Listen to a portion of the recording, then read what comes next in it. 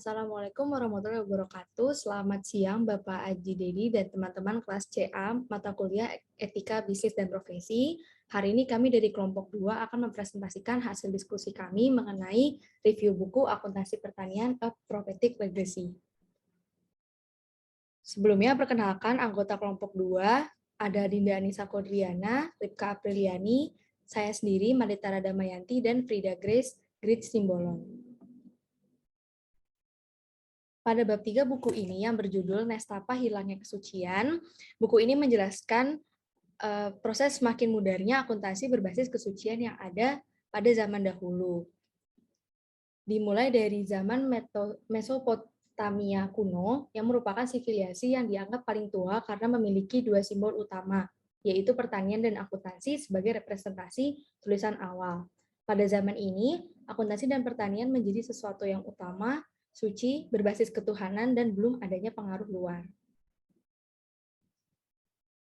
Awalnya, manusia menulis di zaman Mesopotamia kuno disebabkan karena adanya kebutuhan pencatatan surplus pertanian dalam bentuk token accounting system. Pencatatan akuntansi pada masa itu disebut juga primitive form of cost accounting, berguna untuk mencatat yang pertama aktivitas produksi dan juga penyimpanan distribusi hasil pertanian, di mana ini merupakan bentuk akuntansi biaya pada masa itu. Yang kedua, untuk pemeliharaan hewan ternak yang dicatat sebagai aset dan juga pengeluarannya untuk pemeliharaan tersebut. Dan yang ketiga, aktivitas teknologi pengolahan hasil pertanian seperti keju, susu, dan juga lemak. Catatan akuntansi ini dicatat Kushim dalam memory device berbentuk clay tablet. Proses suatu peradaban dapat dilihat dari munculnya akuntansi, angka, dan pertanian. Al-Khawarizmi, seorang penemu angka Hindu, aljabar, dan algoritma memahami angka yang ada sekarang, yaitu 1, 2, 3, 4, 5, 6, 7, 8, 9, 0, bukanlah sekedar angka matematis, melainkan sebagai fungsi lain yang berada lebih dari sekedar angka dan kuantitas. Yang pertama, angka India 0 bersifat suci, artinya simbol ketiadaan atau moksa. Angka juga dapat menggambarkan kebahasaan atau yang biasa kita sebut dengan aljabar.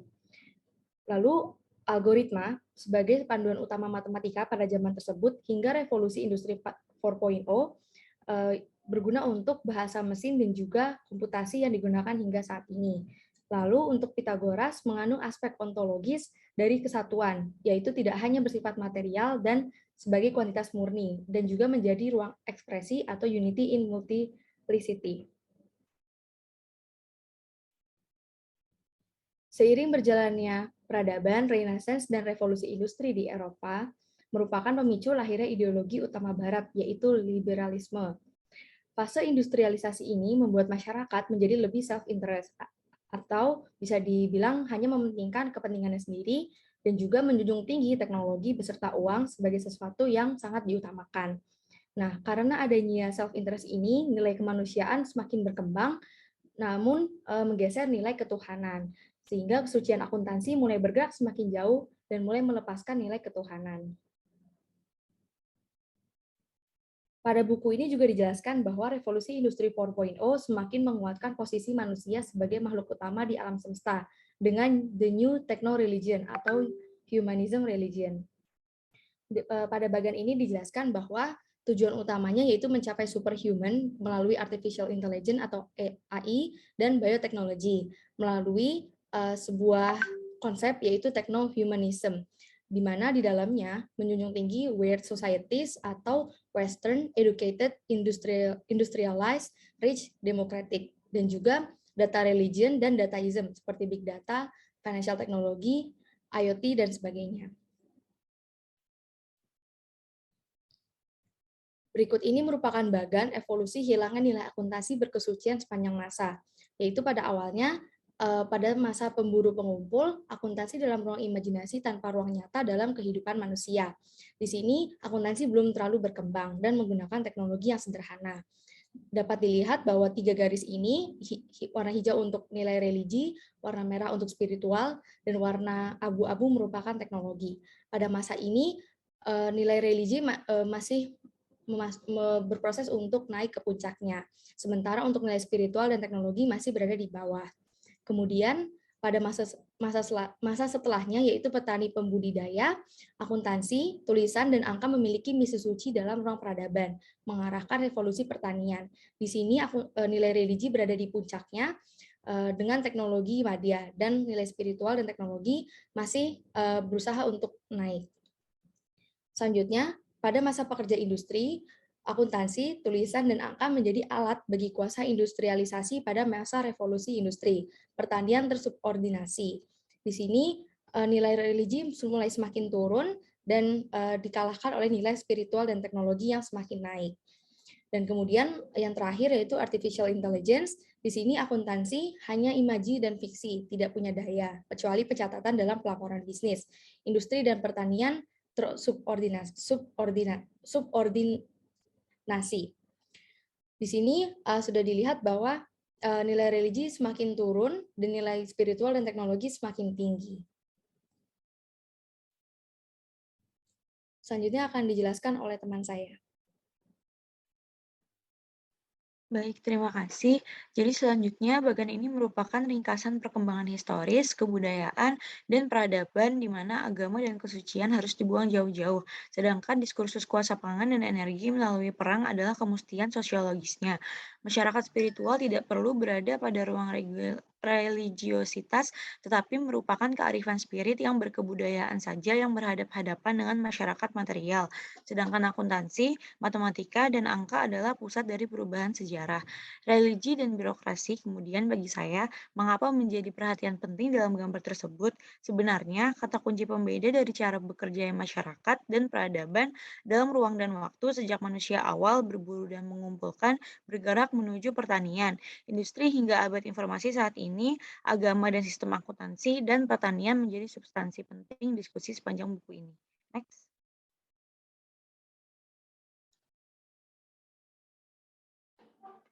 Selanjutnya adalah lahirnya kuasa dan keserakahan. Jadi di sini merupakan ciri-ciri dari lahirnya kuasa dan keserakahan. Yang pertama, masyarakat memunculkan struktur kuasa yang berdampak pada surplus produksi, di mana pada titik puncak sains teknologi produksi, kebutuhan sudah terpenuhi untuk masyarakat, sehingga terjadi surplus produksi. SP merupakan gambaran akumulasi kekayaan karena surplus produksi bukan untuk cadangan, masa dingin, atau masa paceklik masyarakat pemburu pengumpul yang baru pertama terjadi dalam sejarah. Yang kedua, muncul monopoli kekerasan yang berdampak kepada perang. Muncul monopoli kekerasan dan keinginan mendominasi seluruh populasi dalam melanggengkan kuasa. Perang, oleh karena itu, sangat diperlukan setiap perekonomian agraris di mana kuasa dan birokrasi menampakkan surplus dan akumulasi kekayaan. Perang menjadi menguat hingga makin dekat dengan kekuasaan, sains, politik, termasuk akuntansi dan pertanian.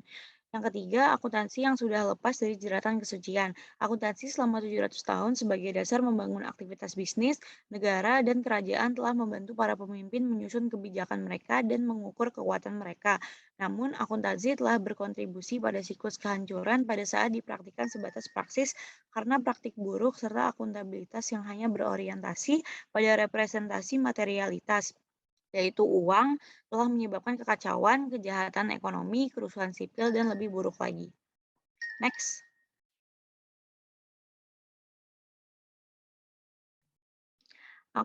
Selanjutnya ada akuntansi berbasis double entry bookkeeping, yaitu membawa serta cara berpikir yang berbeda secara fundamental tentang legitimasi politik, yaitu yang pertama balance book yang tidak hanya mencatat aktivitas bisnis yang baik, tetapi juga pemerintahan yang baik. Balance book bernilai kesucian yang dapat digunakan untuk menilai dan meminta pertanggungjawaban administrasi politik. Yang kedua, merupakan awal pemerintahan modern yang semi rasional, tertata dengan baik, dan pada umumnya memiliki standar akuntabilitas. Yang ketiga, akuntansi sebagai alat penting kapitalisme. Memang bukan hanya persamaan yang penting bagi perusahaan, tetapi juga sangat penting bagi negara karena merupakan substansi bagi perkembangan ekonomi dan keberhasilan pembangunan. Selanjutnya akan dilanjutkan oleh teman saya.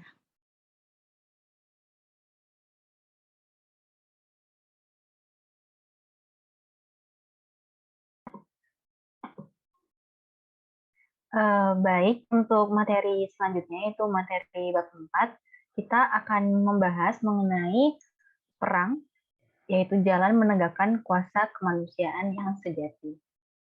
Mungkin bisa di next.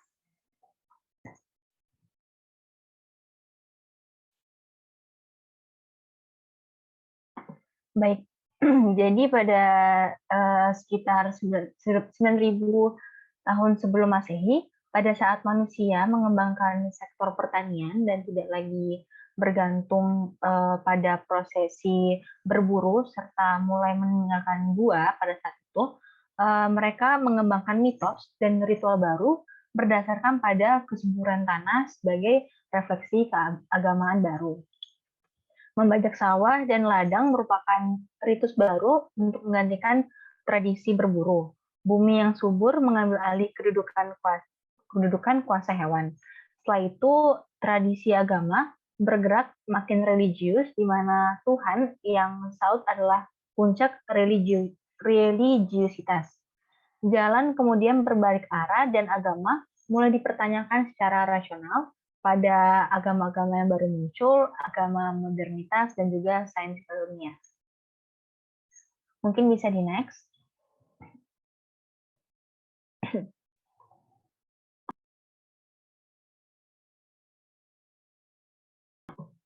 Baik, selanjutnya mengenai budak perang sejati itu akuntansi.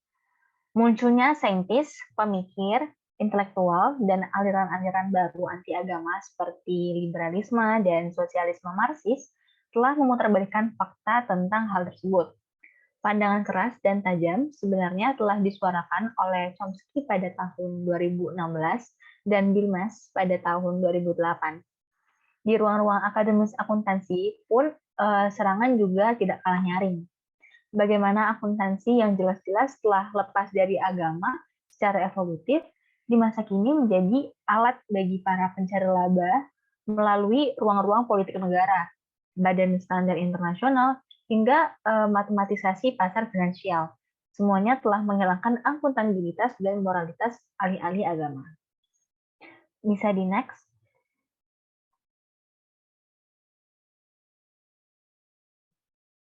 Nah, dan bukan hanya itu, bahkan akuntansi pun dijadikan cara untuk melakukan legitimasi anggaran negara superpower dalam melakukan perang ke berbagai negara, seperti negara mayoritas non-barat, lebih spesifik negara-negara Islam, mayoritas berpenduduk muslim, atau daerah di mana terdapat sumber-sumber pangan dan energi di mana penduduknya itu muslim. Bukan hanya negara yang berkepentingan di dalamnya, tetapi perusahaan industri senjata juga berkepentingan terhadap perang. Kemudian kasus bergandengan tangannya antara Amerika Serikat, komprador di dalam negeri, pembentukan paramiliter, perampasan tanah rakyat untuk kepentingan perusahaan multinasional, peluncuran agenda liberalisme ekonomi dan politik, hingga bila perlu proyek menjatuhkan rezim di Indonesia, bisa dilihat dari peristiwa kejatuhan Soekarno pada tahun 1965, kemudian bisa juga dilihat dari kejatuhan Soeharto pada tahun 1998 sebagai contohnya yang sebenarnya kasat mata, tidak murni pergolakan di internal negeri. Bisa next.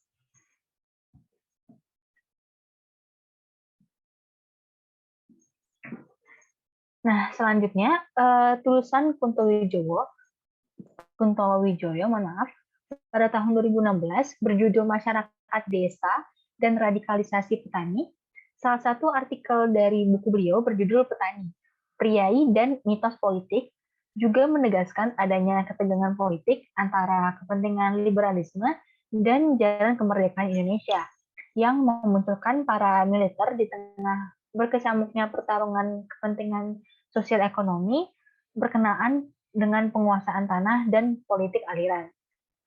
Digambarkan di sini, petani hanya menjadi kuda tunggangan politik aliran dalam negeri dan tarik-menarik kekuasaan awal kemerdekaan antara pemerintah Indonesia dan kekuatan asing yang menguasai industrialisasi pertanian dalam negeri, hingga mendorong terjadinya radikalisasi petani antara tahun 1945 hingga meletusnya revolusi 1965. Next.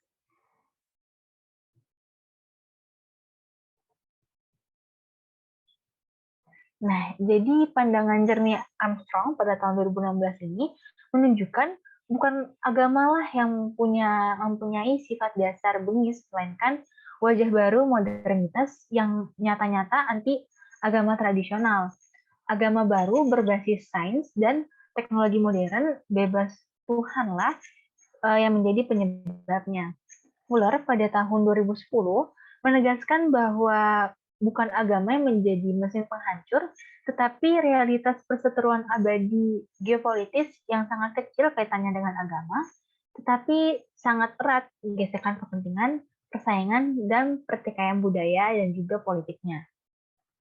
Dari banyaknya diskursus dan penjelasan lain dari saluran mainstream seperti baik koran, televisi, media online, standar akuntansi, dan lainnya, kegaduhan global saat ini berpusat pada kegilaan tribalisme rasial Barat Eropa dan penerusnya, yaitu Amerika Serikat.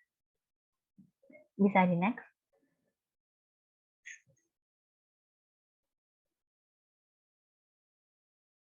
Baik, selanjutnya untuk subbab kedua di bab 4 ini mengenai keserakahan yang makin tak terbendung. Perang, sebagaimana dijelaskan sebelumnya, sebenarnya tidak lepas dari bagaimana masyarakat Barat, mohon maaf saya ulangi, perang, sebagaimana dijelaskan sebelumnya, tidak lepas dari bagaimana masyarakat Barat memahami dan menggerakkan motivasi berkenaan realitas yang menimpanya. Diamond pada tahun 2014 menjelaskan secara historis bahwa perubahan iklim dan konsekuensi logisnya pada penjarahan sebenarnya tidak bisa berjalan terpisah, bahkan terjalin dengan faktor atau asumsi lainnya, seperti pertikaian, konflik, persaingan, permusuhan, bahkan peperangan, baik perang saudara maupun perang antar daerah, negara, ataupun dunia. Next.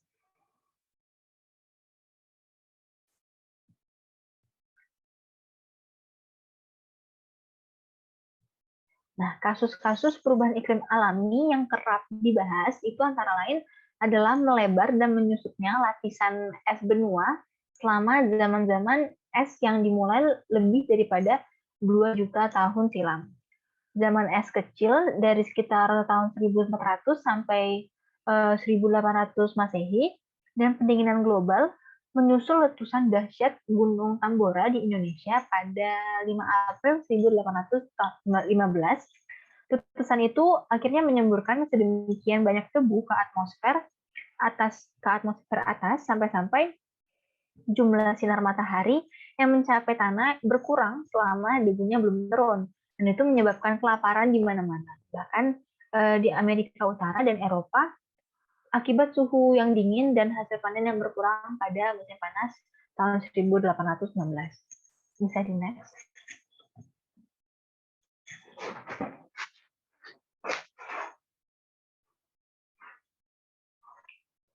Ya, lebih jauh, buku Mula Warman menjelaskan bahwa berdasarkan catatan, pada tahun 1815 sampai 1816 terjadi suhu dingin klimaks di mayoritas wilayah Eropa termasuk Belanda. Meningkatnya suhu dingin di sekitar Eropa ini menurut catatan sejarah arkeologis terjadi karena meletusnya Gunung Tambora di Nusantara waktu itu. Puncaknya ada di tahun 1816 di mana Belanda mengalami peristiwa luar biasa yang belum pernah terjadi, yaitu gagal panen, krisis ekonomi, dan juga krisis pangan. Kejadian luar biasa tersebut mendorong pemerintah Belanda untuk melakukan aksi politik militer di Nusantara pasca pergolakan besar di seluruh wilayah yang menyebabkan kekuatan Inggris di Jawa di bawah pimpinan Gubernur Jenderal Thomas Stamford Raffles harus dengan rela menyerahkan kembali kekuasaan ke tangan Belanda sesuai kesepakatan Kongres Wina tahun 1815 pasca Perang Napoleon Bonaparte. Sejak itu Belanda semakin masif melakukan serangan bumi hangus dan penindasan pada masyarakat lokal dan kesultanan-kesultanan di seluruh Nusantara.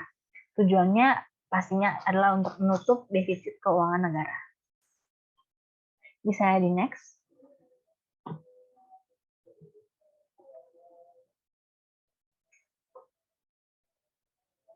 Ya, represi yang melebihi batas toleransi kemanusiaan pun memuncak pada tahun-tahun setelah itu, sehingga memunculkan perlawanan yang juga makin merebak di banyak daerah di Nusantara.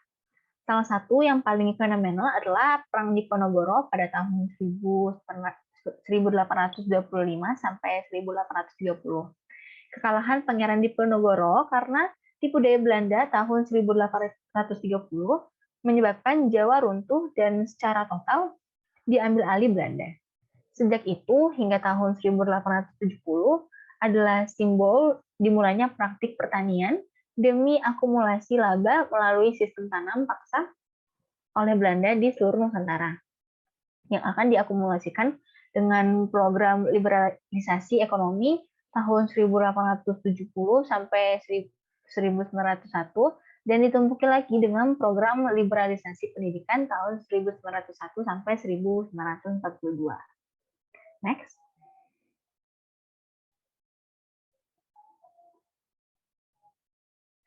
Perang bagi Barat jelas sekali berhubungan dengan kepentingan. Kepentingan di sini merupakan dampak dari struktur berpikir Barat yang telah mendeklarasikan diri melepaskan kesucian, sehingga kuasa, kekayaan, dan materialitas adalah ukuran paling nyata mereka. Hal ini sangat tidak sesuai dengan klaim-klaim Barat, sebagaimana diungkapkan di buku Armstrong 2016, bahwa penyebab peperangan adalah agama, meski jelas sekali Perang Dunia Pertama dan Kedua tidak berhubungan dengan tema agama kecuali kepentingan. Kepentingan seperti apa? Itu kepentingan seperti rasisme ilmiah, agama baru bernama modernitas, kebebasan, pasar bebas, dan lain sebagainya. Bisa di next.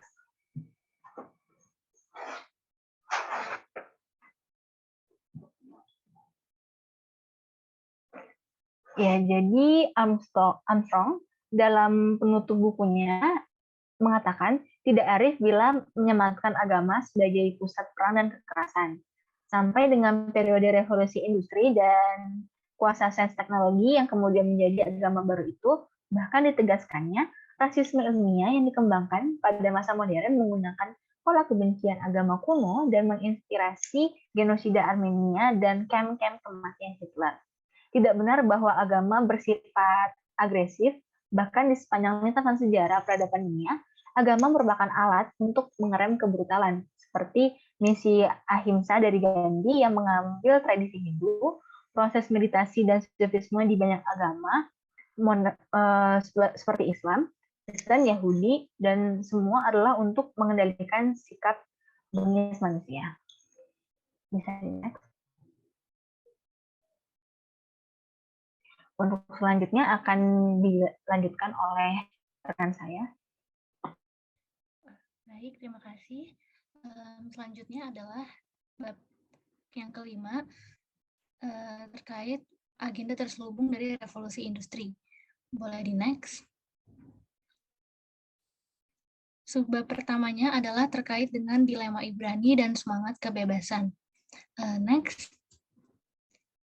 Jadi, menurut pandangan sains, politik, agama, filsafat, dan apapun yang muncul dalam setiap kebudayaan dan peradaban sebagai pengalaman manusia bagi Fromm tahun 2011 selalu dirujukan pada ide dan konsep kebutuhan, di mana kebutuhan dikondisikan oleh ekspresi sejarah, pengalaman batin manusia, dan kehadiran struktur sosiopolitik di mana kekuatan pentingnya selalu berada di tangan pemimpin.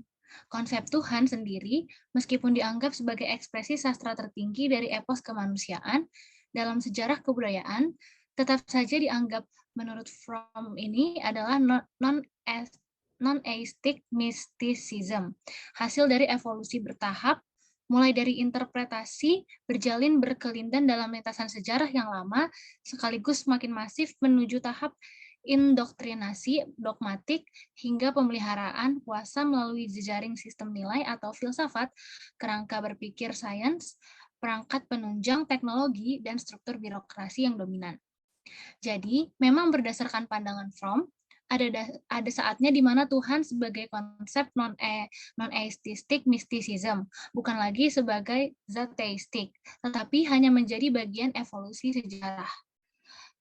Masalahnya saat ini bukan hanya itu, di ruang kontekstual historis, pada ujungnya nanti bahkan manusia bisa menyetarakan Tuhan, karena Tuhan sudah dianggap dilemahkan dan tak diperlukan di dunia manusia. Next.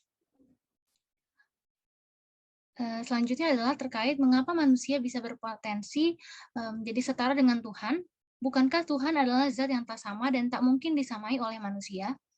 Apakah sosok kemanusiaan memang sejak lama, baik itu konsep atau apapun namanya, memang telah berbeda wujud dan sifatnya?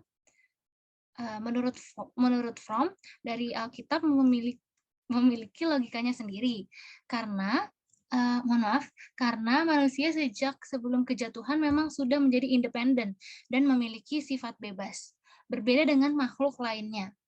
Karena sifat bebasnya itulah para nabi atau rasul yang juga dianggap sebagai manusia biasa memiliki positioning merdeka. Prinsip kebebasan membentuk kekuatan manusia untuk berdebat, menggunakan keistimewaan, dan kebebasannya melakukan negosiasi hingga perjanjian dengan Tuhan. Menurut Fromm tahun 2011, halaman 23. Boleh di next.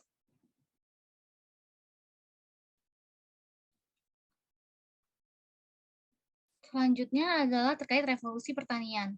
Menurut Armstrong, permusuhan Yahudi dengan pertanian, ekonomi agraris, dan konsep negara berbasis pertanian memang telah menjadi agama ini memiliki dilema yang disebutnya sebagai dilema Ibrani. Untuk melepaskan diri dari kelaparan, Abraham harus mengungsi sementara di Mesir.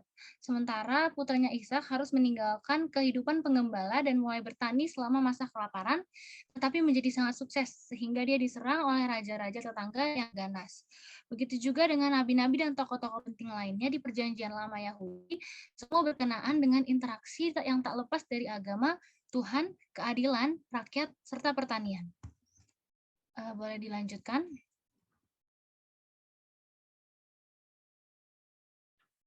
Sementara itu, di masa Utsmani terjadi peralihan dari pertanian menjadi era perdagangan, mulai berkembangnya masa kapitalisme awal di Eropa. Eropa membangun ekonomi perdagangan yang akan melahirkan jenis negara berbeda, yaitu munculnya dunia modern sejak mulainya Eropa mengarungi samudra yang sering disimbolkan dengan pencapaian Columbus menemukan benua Amerika pada tahun 1492. Ekonominya tidak lagi didasarkan pada surplus pertanian. Negara mengurangi campur tangan dalam kehidupan pribadi rakyatnya, dijalan dengan harapan inovasi tanpa henti dan memisahkan agama dari politik. Berdasarkan buku Armstrong tahun 2016 halaman 313. Munculnya revolusi pertanian ini, boleh di next. Munculnya revolusi pertanian ini telah mengubah peta peradaban secara dahsyat, yaitu terbangunnya agriculture dan religious society. Manusia di masa itu memiliki kekuatan untuk mengendalikan alam semesta, domestikasi realitas, dengan bertumpu penghambaan dan kekuatan Tuhan. Peristiwa paling mutakhir, lanjut Harari, yaitu revolusi sains dan teknologi di Barat kemudian memunculkan scientific and Anthropocene Society. Manusia tidak lagi melakukan interaksi, tetapi menjadi penguasa tunggal alam semesta melalui revolusi sains dan teknologi, sehingga melepaskan diri dari Tuhan. Dengan kata lain, manusia telah berikrar menjadi Tuhan atau menjadi setara dengan Tuhan. Jadi, pertumbuhan ekonomi, revolusi sains dan teknologi, serta liberalisme sosial politik adalah puncak kemanusiaan sejati itu sendiri. Dengan adanya technical problems yang bisa diselesaikan cukup dengan menggunakan teknologi, ekonomi, dan kuasa, nah itulah yang namanya berdoa kepada Tuhan dan bahkan beragama pun sudah menjadi runtuh. Boleh di next? Sebab yang kedua adalah terkait dengan evolusi kemanusiaan dan devolusi ketuhanan. Boleh dilanjut? Nah, seperti yang tadi sudah dibahas, kekuatan kebebasan manusia melucuti religi, Tuhan, dan pertanian menuju ke revolusi industri, dan paling mutakhir, revolusi industri mendapatkan kedudukan dari hanya ciptaan dan bahkan budak, berangsur menggeser menjadi sejajar dengan Tuhan. Bebas daripadanya, dan pada akhirnya dimungkinkan Tuhan terlemahkan posisinya manusia yang menjadi setara dengan Tuhan. Konsep kemanusiaan di dalam Alkitab dikatakan memang telah didasarkan pada prinsip utama yaitu kebebasan. Sekalipun konsep sejarah yang menderivasikan kemanusiaan secara evolutif dari terbelenggu menjadi manusia bebas dalam rentak sejarah kemanusiaan. Masalah utama saat ini adalah bagaimana menghidupkan kembali manusia di tengah perubahan mendasar struktur sosial ekonomi masyarakat industrial baik di ruang sosialistik maupun kapitalistik, dan kebangkitan humanisme yang lebih memusatkan pada pengalaman bernilai daripada realitas konsep dan kata-kata. Jika spirit dan harapan kenabian lebih unggul, hal ini akan tergantung pada kekuatan dan vitalitas humanisme yang baru. Di sisi lain, penganut humanis non-teistik, pertanyaan yang mengemuka kemudian muncul adalah apa yang dapat menggantikan tempat agama di dunia ini, di mana konsep Tuhan telah menjadi mati, dan tetapi dalam realitas pengalamannya, konsep tersebut tetap harus hidup. Boleh di next? Berbeda dengan itu, ini merupakan argumen dari Fuller tahun 2010. Fuller memiliki argumentasi yang berbeda dari Fromm. Argumentasinya runtut berdasarkan analisis sejarah bahwa bukan hanya disempitkan agama Islam saja, yang menjadi penyebab masalah peperangan dan kegaduhan di dunia selama ini, seperti yang sudah dipelajari sebelumnya. Tetapi lebih pada akar geopolitik yang terbentuk dari gesekan-gesekan budaya dan politik, supremasi etnis dan ras, kepentingan ekonomi, dan pertikaian sumber daya yang telah berusia ribuan tahun. Bahkan berdasarkan penelusurannya, di abad-abad ke-20, banyak perang yang menghabiskan ratusan juta nyawa. Contohnya adalah seperti Perang Dunia Pertama dan Perang Dunia Kedua. Semuanya lebih didominasi rezim sekuler, bahkan ateis, yang juga sangat dogmatis terhadap ideologinya masing-masing. Ditulis dalam buku Fuller tahun 2010, halaman 28 dan 29. Nah, gesekan antara agama dan pengikutnya jarang dilandasi oleh perbedaan teologi khusus, melainkan oleh akibat-akibat politis dan sosialnya. Di halaman yang ke-43. Nah, di samping itu juga, Perang Salib yang sangat kontroversial pun dikatakan dalam buku Fuller halaman yang ke-123 tidak berpusat pada masalah-masalah agama, melainkan lebih merupakan proyek Barat yang dilakukan demi alasan-alasan dalam konteks politik, sosial, dan ekonomi Eropa. Nah, sekian presentasi dari kelompok kami. Kurang lebihnya mohon maaf. Mungkin buat teman-teman yang ingin menyampaikan pertanyaannya, boleh dituliskan di kolom komentar. Terima kasih. Wassalamualaikum warahmatullahi wabarakatuh.